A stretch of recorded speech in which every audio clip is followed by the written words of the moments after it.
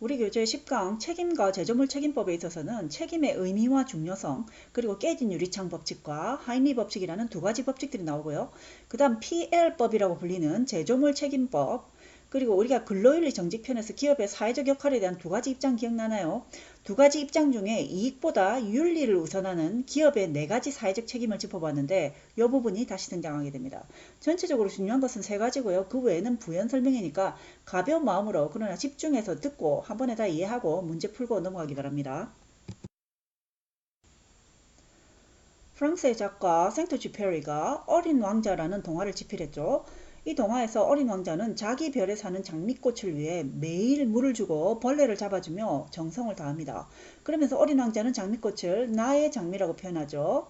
그런 어린 왕자에게 지구에서 만난 여우는 어린 왕자가 그의 장미꽃을 길들인다 라고 표현을 하고, 사람들은 자신이 길들인 대상에 대해 책임이 있다 라고 말하고, 또한 길들인다는 것의 의미는 관계를 맺는 것이라고 말합니다. 자, 우리가 우리 자신과 사회와의 관계를 한번 돌아보면 사회는 끊임없이 우리를 길들여 왔죠. 정부는 정책과 법을 통해 우리가 끊임없이 정부를 따르도록 또 믿고 의지하도록 길들여 왔습니다. 또한 경찰은 치안을 통하여 우리가 우리 자신의 그리고 우리 가족의 안전을 믿고 맡길 수 있도록 우리를 길들이고 있습니다. 그런가 하면 우리의 가족조차도 우리가 가족 내에서 안정감을 느낄 수 있도록 서로를 길들이고 있습니다. 만약 피를 나눈 가족이랍시고 이러한 길들이는 노력, 즉 책임을 다하는 노력이 없다면 설사 가족이라 할지라도 그 관계가 건강하지가 않겠죠. 어린 왕자가 장미꽃에 대해 나의 장미라고 말하며 장미의 소유권을 주장할 수 있는 이유는, 즉 그가 장미꽃의 주인일 수 있는 이유는 그가 자신이 관계를 맺고 있는 장미꽃에 대해서 책임을 다하기 때문입니다. 타인과의 관계에 있어서는 물론이고 내 자신과 나의 직업과의 관계에 있어서도 마찬가지입니다. 내가 직장생활에서 내가 맡은 책임과 의무를 다하지 못한다면 나는 나의 업무의 주인이 될 수가 없는 것이죠. 그러니까 책임감, 길들임, 관계, 주인의식 다 같은 맥락에서 쓰이고 있죠. 이렇듯 책임이라는 덕목은 관계성에 있어서 또한 나의 직장에서의 삶에 있어서 나의 자아를 규정하는 요건이며 기준이 되는 것입니다.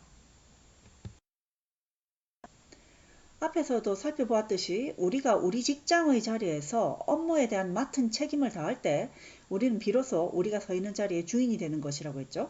책임의 정의는 맡아서 해야 할 임무나 의무, 즉 우리가 책임을 다한다는 의미는 우리에게 맡겨진 일이 아니고 우리가 스스로 맡아서 해야 할 일을 매번 완수해내는 것입니다. 즉 수동적인 개념이 아니고 능동적인 개념이란 것이죠. 어린 왕자가 하루 이틀이 아니고 매일매일 자신의 장미꽃을 정성으로 돌보고 또한 장미꽃을 잘 키워나가기 위해 자신이 무엇을 해야 하는지 알고 또 창의성을 가지고 그것을 연구하듯이 말입니다. 그것이 책임인 것이죠. 슬라이드 다시 보면요. 자신과 관계를 맺고 있는 업무에 대해 끝까지 책임을 질 때 비로소 그 업무의 주인이 된다. 아까 살펴본 것과 같은 맥락이고요. 또 그 밑에 책임감은 주인으로 살기 위한 필수적인 가치라고 되어 있죠. 이것도 똑같은 말을 뒤집어 놓은 거고요. 자, 독일의 철학자 프리드리히 니체는 인간이 추구해야 하는 진정한 자유는 자기 책임에의 의지라고 했고요. 이 말은 자기 책임에 대한 의지를 가질 때 우리는 자유롭게 된다는 것이죠. 즉 책임을 다하는 것이 자유를 불러온다는 것입니다. 왜냐하면 우리가 책임을 다하면 우리가 우리 삶의 주인이 되고 또한 우리의 맡은 직무에 있어 주인의 의식이 생긴다고 했죠. 주인 의식이 생긴다고 했죠. 자유는 노예가 누리는 것이 아니고 주인이 누리는 것이죠.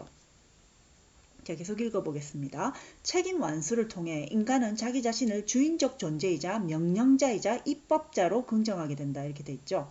자, 명령도 주인이 하는 것이지 노예가 명령을 내릴 수가 없죠. 또 입법자라는 것은 법을 만든다는 것인데 아무나 법을 만드는 것이 아니고요. 주인의식을 가진 또 책임감을 가진 존재가 법을 만드는 거죠.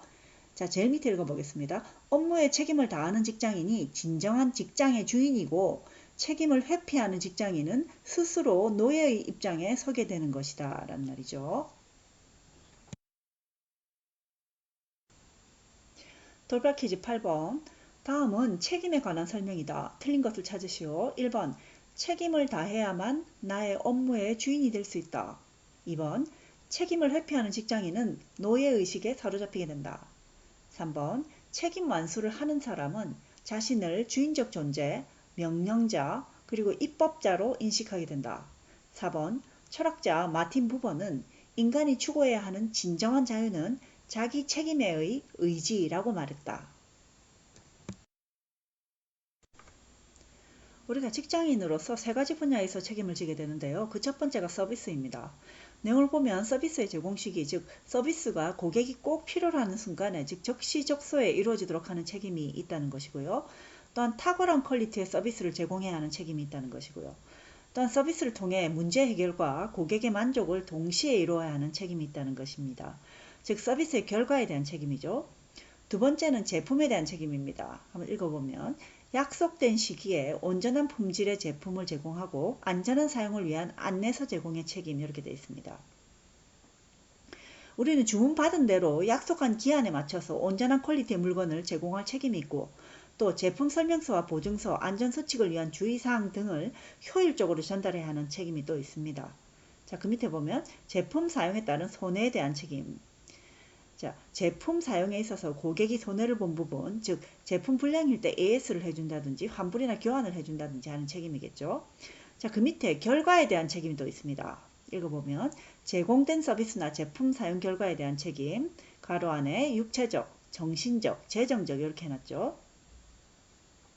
제품으로 인해서 고객이 2차적으로 피해를 입었다면 그에 대해서도 보상을 해줘야 하는 책임이 있죠. 이를테면 스마트폰을 샀는데 배터리가 폭발을 했어요. 그럼 폭발에 의한 육체적, 심리적 피해, 또 가구나 집기 등 소실된 부분에 있어서도 보상을 해야 한다는 거죠.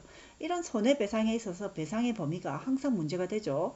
심리적, 정신적인 피해까지 보상받아야 한다고 주장하는 경우도 있고 직접적인 손해만 보상받는 경우도 있고 상황과 경우에 따라 다 다르죠. 좀 이따 제조물 책임법 나올 때 그 사례를 한번 보겠습니다. 자, 이렇게 업무에 있어 직업인은 서비스 제품 결과에 대한 책임을 져야 한다는 것이죠. 돌발 퀴즈 9번.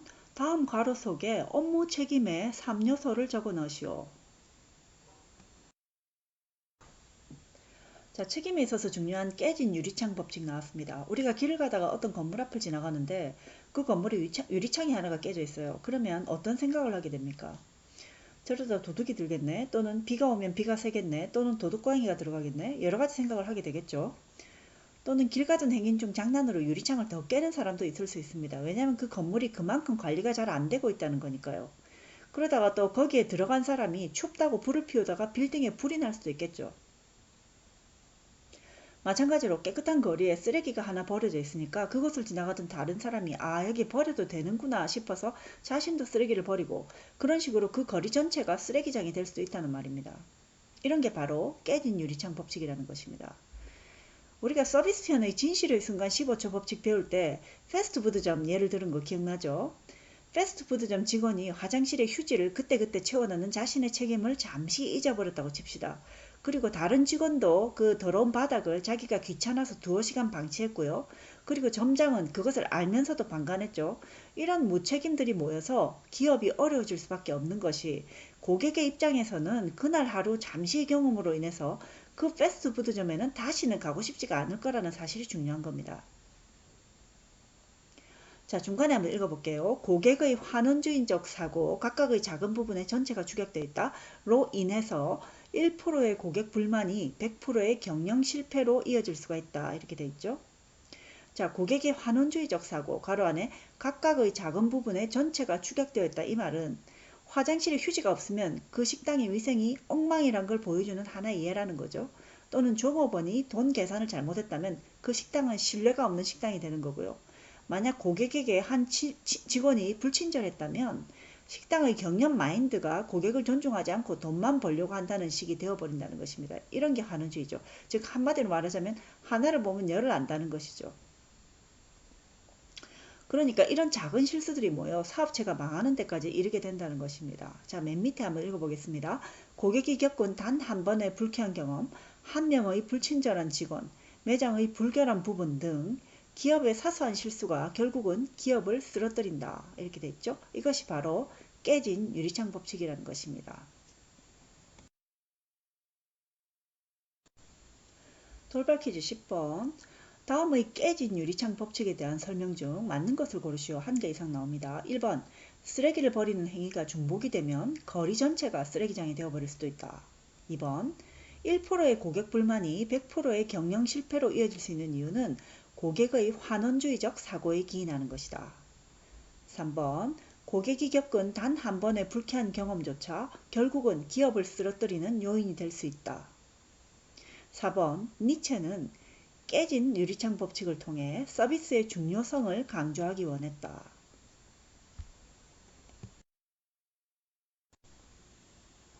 자, 책임과 관련한 또 하나의 중요한 이론인 하인리 법칙입니다. 미국 여행자 보험회사 사고조사반에서 일하던 허버트 하인리가 각종 산업재해 관련 사망사고 7만 5천 건을 분석한 결과 한 번의 사망사고 이전에는 평균적으로 동일한 원인으로 부상에 이를 뻔한 사고가 300건, 부상사고가 29건 발생한다는 것을 발견하고 사고 예방, 과학적 접근이라는 자신의 저서를 통해서 이것을 제시를 했습니다. 그래서 하인리 법칙 또는 1대 29대 300의 법칙이라고도 불리는 법칙입니다. 공교롭게도 도쿄대 하타무라 요타로 교수도 비슷한 발언을 했죠. 한 번의 대실패, 대형 사고, 멸망으로 이르는 길은 300번의 징후를 담고 있다. 이렇게 얘기를 했다는 것이죠. 그렇다면 이렇게 대형 사고가 일어나기 전에 300번가량의 징후가 있는데도 그것을 막지 못하는 이유가 뭘까요? 밑에 보면 우리 톰 소여의 모험을 지은 소설가 마크 트웨인이 한 말이 있죠. 우리는 그 일이 일어날 것이라는 사실을 모르기 때문이 아니라 그런 일이 일어나지 않을 것이라는 막연한 믿음 때문에 위험에 처하게 된다. 이렇게 얘기를 했다는 거죠. 즉 막연한 믿음으로 스스로를 세뇌시키는 거죠. 그런 일이 있으려고 그런 큰일은 일어나지 않아 뭐 이런 식으로요. 자, 맨 마지막에 대형 사고는 반드시 징후를 동반한다는 것, 그리고 그 비율 관계가 1대 29대 300 정도 된다는 것, 이것이 하인리 법칙입니다.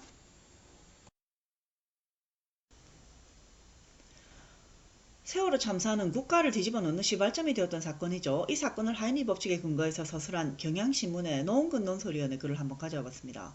자, 읽어보자면 회사가 사고 발생 2주 전 조타기 전원 접속에 이상이 있음을 확인하고도 조치를 취하지 않았다. 원 선장이 회사에 여러 차례 선체 이상을 얘기했지만 묵살되었다. 지난해 5월 제주항에서 화물을 부리다 10도 넘게 기운 적이 있다. 선원들이 배의 균형을 잡아주는 평형수 탱크 등에 문제가 있다고 회사에 수리를 요청했으나 아무런 조치가 없었다고 증언했다. 이렇게 돼 있죠. 참사 전에 여러 가지 징후들이 있었다는 건데요. 밑에 한번 읽어보겠습니다. 세월호 참사 후에도 연안 여객선의 안전규정 위반 건수는 한두 가지가 아니다. 항해사 면허도 없는 갑판장이나 선원이 번갈아 키를 잡는가 하면 적재 차량의 바퀴를 모두 결박하지 않고 운항하기 일쑤라는 것이다. 이쯤이면 여객선은 관리감독의 완전 사각지대라고 해야 할 것이다. 자, 이런 식으로 대충 정리해보았습니다. 세월호 사건의 사고 전후 그리고 구조과정 전체를 통틀어서 누구도 내 책임이다 라고 한 사람이 없었습니다. 책임 소지가 전적으로 불분명하죠. 업무에 대한 주인의식을 가지고 책임을 져야 할 사람이 아무도 안 보였던 것입니다. 그래서 책임을 묻고 묻다가 청와대까지 도달을 했죠. 그런데 거기서 우리는 최고 통수권자마저 책임을 회피하는 것을 보게 되었던 것입니다.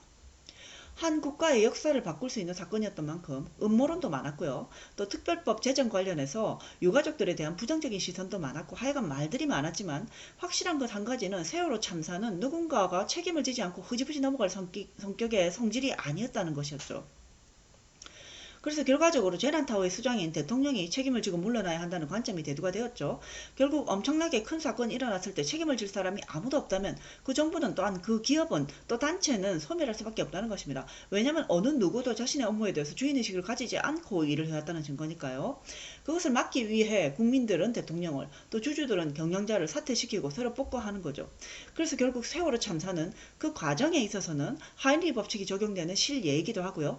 또 그 결과에 있어서는 깨진 유리창 법칙이 적용될 수 있는 실례이기도 합니다. 자, 다음 슬라이드에서는 주교제에 수록된 제품 제조에 있어서 이런 하인리 법칙이 통용되는 두 가지 실례를 살펴보겠습니다. 자, 우리 주교제의 하인리 법칙 관련하여 수록된 두 가지 실례입니다. 저는 개인적으로 가루위를 너무 좋아해서 이 사건이 잊혀지지가 않습니다. 중국에서 유아들이 먹는 분유에 플라스틱 제조나 프라이팬 코팅에 쓰이는 멜라민이 함유되어 팔려나갔고 이것을 먹은 몇백 명에 달하는 유아들이 신장결석증으로 병원에 실려간 일들이 일어났죠. 분유 제조사인 산루사는 자회사 분유의 멜라민 함유 사실과 멜라민이 신장결석의 요인이라는 것을 실험을 통해 입증을 했는데도 불구하고 끝까지 은폐를 했고요. 식품보건당국 또한 이 사건을 파악했음에도 불구하고 그 조사를 착수하는 데 늑장을 부렸죠. 그 사이 140여만 개의 분유가 이미 팔려나갔다는 것입니다. 그 후에 피해 아동수가 급증하자 그제서야 회사는 제품 리콜에 들어갔고요. 이렇게 늦은 대응으로 인해서 후에 추산한 바로는 6명의 유아가 사망하고 30만 명 정도가 잠재적 손상을 입은 걸로 밝혀졌던 사건이죠. 자, 기차 지나가네요. 중국 당국은 이때 관련자들을 사형이나 무기징역에 처하게 했다 그러죠. 흐드득. 그 당시 대만이나 한국으로도 중국산 유제품이 수출이 됐다고 해서 한동안 사람들이 가루의 먹기를 꺼려했던 기억이 나네요. 이 사건 또한 사건이 커질 여러 번의 징후들이 있었는데도 모두가 책임을 미루면서 늑장만 부리고 있다가 아까운 생명들이 희생됐던 사건이었죠. 마크 트웨인의 말처럼 설마 하니 이 사건이 더 커지진 않겠지, 조용히 넘어가리라 하는 막연한 믿음 때문에 사건을 더 키워버린 겁니다. 그 밑에 보면요, 1994년을 시작으로 포드사의 익스플로러 차량이 전복되는 사건이 다발적으로 일어났고요. 그 이유가 오랜 동업관계를 맺어왔던 파이어스톤 타이어사의 타이어 불량인 걸로 밝혀졌는데, 이 두 기업은 서로 책임 전가만 하고 있었죠. 그러는 동안 200명 이상이 전복사고로 사망했고요. 결국 리콜을 하면서 해외 수출된 포드 차량들 또한 전복사고들이 있었다는 것이 밝혀졌는데, 파이어스톤사는 해외 수출 차량에 있어서는 또 타이어 리콜을 하지 않겠다 그래가지고 엄청난 사회적 비난을 받고 또 결국 천문학적 배상과 주가의 대폭 하락을 겪어야 했던 사건입니다. 자, 우리 앞에 봤던 타이레놀 사태에 대응했던 존슨앤존슨과는 대처가 많이 달랐죠. 이래서 사건이 터지기 전에 항상 여러 번의 징후가 있다는 이론이 하이니 법칙이고, 이런 징후들에 대해서 주의의식을 가지고 직장인 각자가 책임을 지지 못하면 속수무책으로 대형 사고가 발생해서 깨진 유리창 법칙과 같이 빌딩 전체를 태워먹는 결과를 낳을 수도 있다는 것입니다. 돌발 퀴즈 11번. 다음의 가로들에 알맞은 단어들을 적어 넣으시오. 1번. 하이니 법칙은 허버트 하이니가 각종 산업재해 관련 사망사고 7만 5천 건을 분석한 결과 한 번의 사망사고 이전에는 평균적으로 동일한 원인으로 부상에 이를 뻔한 사고가 부상사고가 발생한다는 것을 발견함으로 주장한 이론으로서 때 법칙이라고 일컫기도 한다. 2번. 한 번의 대실패, 대형사고, 멸망으로 이르는 길은 번의 징후를 담고 있다. 도쿄대 하타무라 요타로 교수. 3번. 우리는 그 일이 일어날 것이라는 사실을 모르기 때문이 아니라 그런 일이 일어나지 않을 거라는 때문에 위험에 처하게 된다. 마크 트웨인이 한 말이죠. 자, 이번에는 기업과 소비자 간의 이익과 손해관계에 있어 법적으로 어떤 장치가 존재하는지 한번 알아보겠습니다. 2002년부터 시행되어 온 법률 제6109호의 내용이 아래 나와 있습니다. 이 법의 이름은 제조물 책임법, 영어로 Product Liability이고 이니셜을 따서 PL법으로 불리죠. 자, 제조물 결함으로 인해 소비자 또는 제3자에게 생명, 신체, 재산상의 손해가 발생할 경우 해당 제조물의 제조업자나 판매업자에게 손해배상 책임을 지게 하는 것으로서, 종래에는 피해자가 생산자에게 제품의 결함을 초래한 과실이 있다는 주관적 사실을 입증해야 손해배상 청구가 가능했으나, PL법은 단순히 제조물의 결함이 있다는 객관적 사실만을 입증하면 된다, 이렇게 되어 있습니다. 자, 제조물 책임법은 일반 소비자가 제조물의 하자로 인해 피해를 입었을 때 그 제조사에 대해서 책임을 묻는 것을 규율하는 법입니다. 근데 이전의 법은 내가 어떤 제품으로 인해서 손해를 보았을 때 나는 제품의 제조 과정이나 유통 과정에 대해서는 전혀 모르잖아요. 그럼에도 불구하고 제조사가 제조 과정이나 유통 과정에서 어떤 실수를 해서 불량품이 발생했고 그 불량품을 구입한 내가 손해를 봤다는 것을 입증을 해야 되는데, 새로운 PL법은 여기 이 물건이 제조 과정이나 유통 과정 이런 걸 다 떠나서 일단 결함이 있고 그 결함으로 인해서 내가 손해를 봤다 하는 것만 입증하면 손해배상을 받을 수 있다는 것입니다. 또한 내가 아직 그 제품으로 인해서 손해를 보기 전이라 할지라도 그 제품으로 인해서 다른 소비자들이 피해를 입고 있다면 나는 그에 대해서 배상을 청구할 수 있다는 말이죠. 또한 이 법은 제조사의 입장에서 제조물의 결함을 알면서도 그 결함에 대해서 적절한 조치를 취하지 않아 발생한 결과로 소비자가 생명 또는 신체에 중대한 손해를 입었을 경우 발생한 손해의 3배를 넘지 않는 범위에서 배상 책임까지 하라는 내용을 담고 있는 거죠. 그래서 소송을 당하지 않기 위해서 미리 리콜을 하고 환불이나 수리를 해주는 경우들이 생겨나고 있는 것입니다. 자, 앞에서 산루사 분유의 경우처럼 자회사 분유로 인해서 소비자들의 생명이 위험하다는 것을 알면서도 즉각적으로 조치를 취하지 않아서 소비자가 생명 또는 신체에 중대한 손해를 입은 경우에 입은 손해의 3배까지는 소비자가 받아낼 수 있다는 거니까 아무래도 기업들은 좀 더 조심을 하겠죠. 하이니 법칙대로 이루어지는 사고를 한번 막아보겠다는 취지가 있는 것입니다. 자, 이렇듯 소비자의 입장에 좀 더 무게를 실어주는 법 개정으로 인해서 제조기업들은 최대한 손해배상 소송을 피하게 되고 그러기 위해서 제조물의 안정성을 업그레이드 시키게 되고요. 또 값을 관계로 치자면 소비자가 조금 더 값이 되는 양상이 돼서 기업의 입장이 아닌 소비자의 입장에서 제품을 기획하고 생산하는 경영정책이 자리를 잡으면서 기업들 간의 경쟁력 또한 강화되는 결과를 낳게 되는 것입니다. 자, 2016년에 있었던 갤럭시 노트 7 배터리 폭발 사건입니다. 인터넷 조선비즈신문의 박순찬 기자가 쓴 내용을 한번 가져와 보았습니다. 삼성전자가 최근 배터리 이상 문제로 논란을 빚었던 갤럭시 노트 7을 전량 리콜할 방침을 세운 것으로 1일 확인됐다. 지난달 19일 출시된 갤럭시 노트 7이 국내에 판매 개통된 물량은 총 40만 대가량으로 추산된다. 삼성전자는 충전 중 폭발했다는 국내외 소비자들의 제보가 잇따르자 지난 31일 국내 통신 3사의 제품 공급을 일시 중단했다. 삼성은 국내에서 갤럭시 노트 7을 구매한 소비자 전원에게 배터리 교환 등 무상 수리를 제공할 계획이다. 환불이나 신제품 교환은 불가능하다. 이렇게 돼 있죠.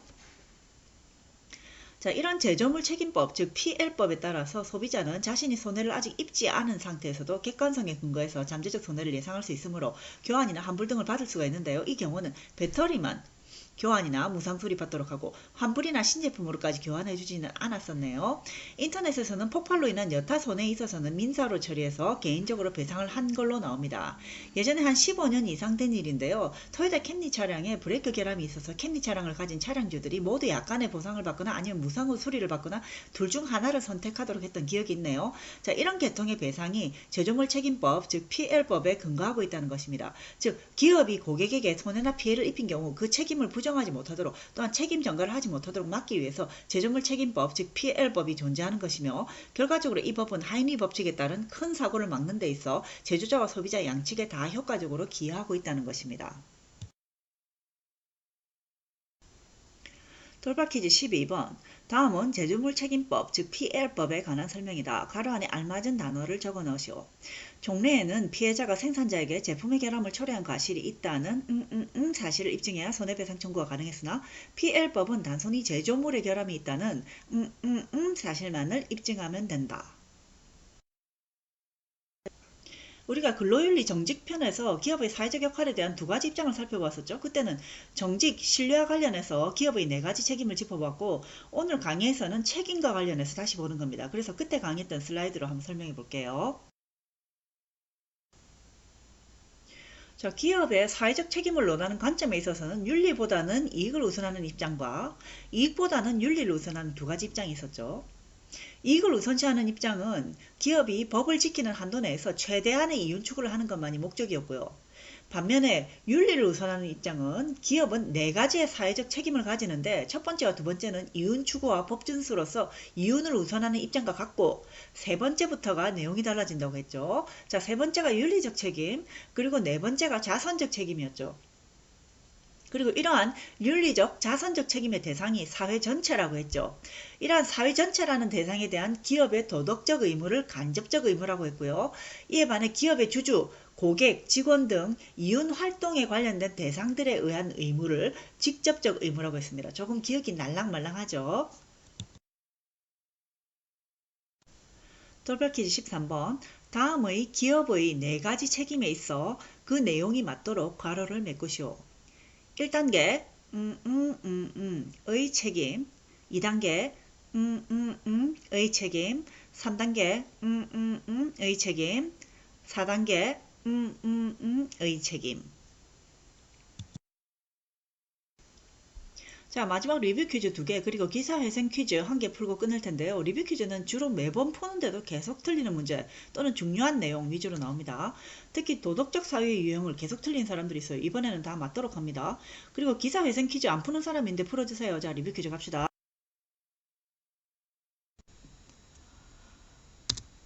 도덕적 사유의 유형 나왔습니다. 도덕적 사유의 두 가지 유형은 우리 강의 전체에 있어서 중요한 프레임이라고 했죠.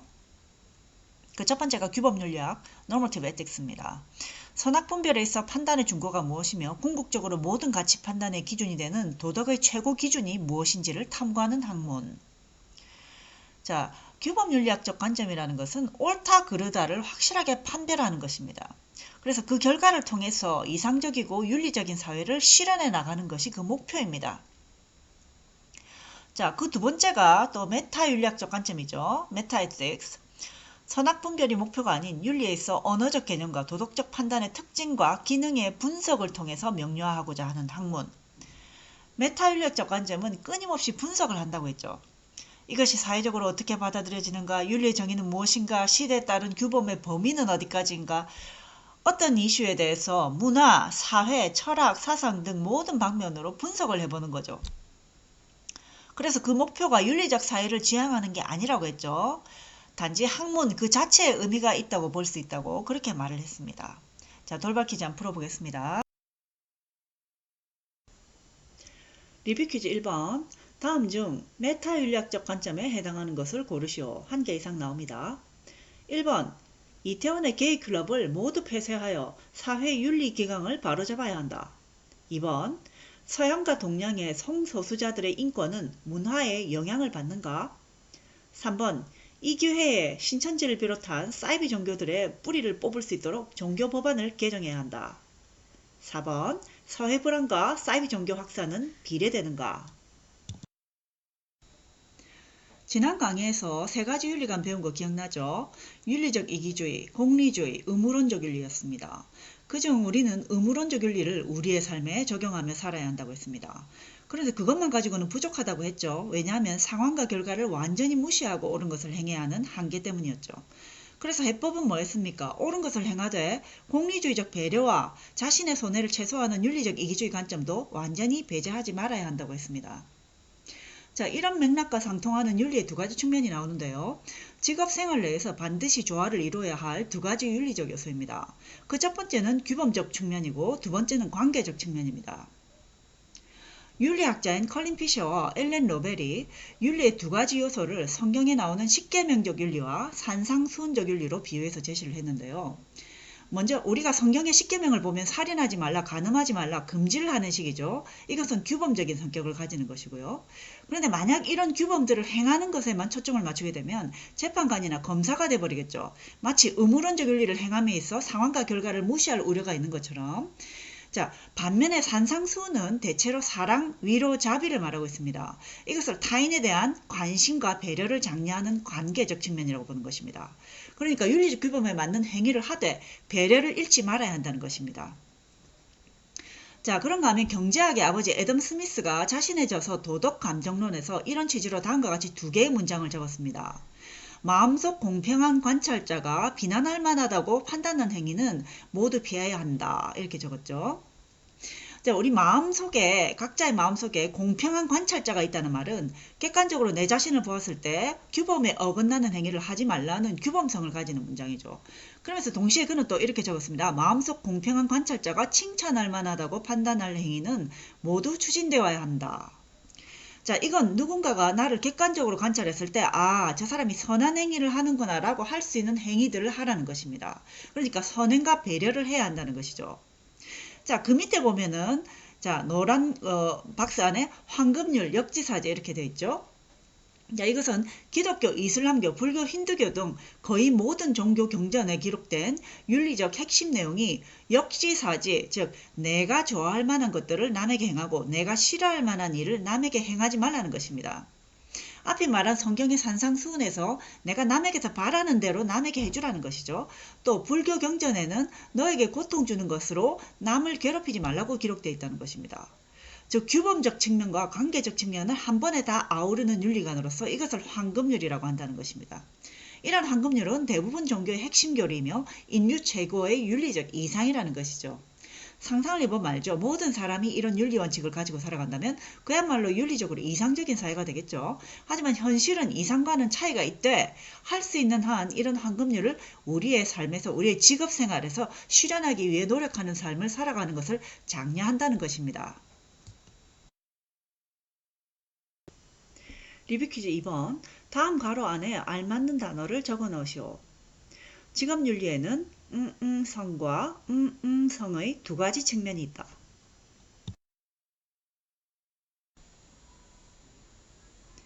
윤리는 행위의 결과를 중시하느냐 또는 동기를 중시하느냐 그 방식에 따라 두 가지로 나뉜다고 했죠. 결과만 중시하는 결과론적 윤리 그리고 의무만 중시하는 의무적 윤리로 나뉘는데요. 결과론적 윤리라는 것은 행위의 동기보다 결과를 목적으로 한다는 점에서 목적론적 성격을 가지고 있고 BC 4세기경 성행했던 에피쿠로스 즉 쾌락주의의 영향을 받아서 행위의 목적이 행복 또는 이익 또는 쾌락이며 결과가 그것을 이루었으면 윤리적으로 선하다는 것입니다. 이때 개인의 행복과 이윤 추구를 목적으로 할 때는 윤리적 이기주의, 다수 또는 공동체 전체의 이익 추구가 목적일 때는 공리주의가 되는 것이죠. 공리주의에서 알할 학자는 제롬 벤담이었죠. 그는 영국의 도덕 철학자이며 동시에 법개혁가였고 공공복리라는 의미의 공리라는 단어를 주장하면서 공공복리의 극대화라는 사회주의적 입장을 고수했습니다. 즉, 사회 전체의 질서와 이익을 위해서 개인의 자유와 이윤 추구는 제한될 수도 있다는 것입니다. 자, 반면에 오른쪽 편의 의무론적 윤리는 행위에 있어 결과가 아닌 동기가 중요하다고 했는데 그 동기라는 것이 다름 아닌 의무여야 한다는 것이었습니다. 의무적 윤리는 독일의 철학자 임마누엘 칸트가 주장했고요. 칸트는 인간의 이성은 보편적인 선을 구별할 수 있다. 그리고 이러한 보편적 선을 도덕률이라고 한다. 그리고 도덕률이 존재한다는 것 자체가 인간이 이성적 존재라는 점을 증명한다라고 했죠. 이성을 통해 알 수 있는 보편적 선인 이러한 도덕률은 절대적으로 지켜야 하며 이것을 지키고 행함에 있어서는 어떤 이유도 필요 없고 결과도 중요치 않고 그저 의무적으로 지켜야 한다라는 것을 정언명령이라고 했죠.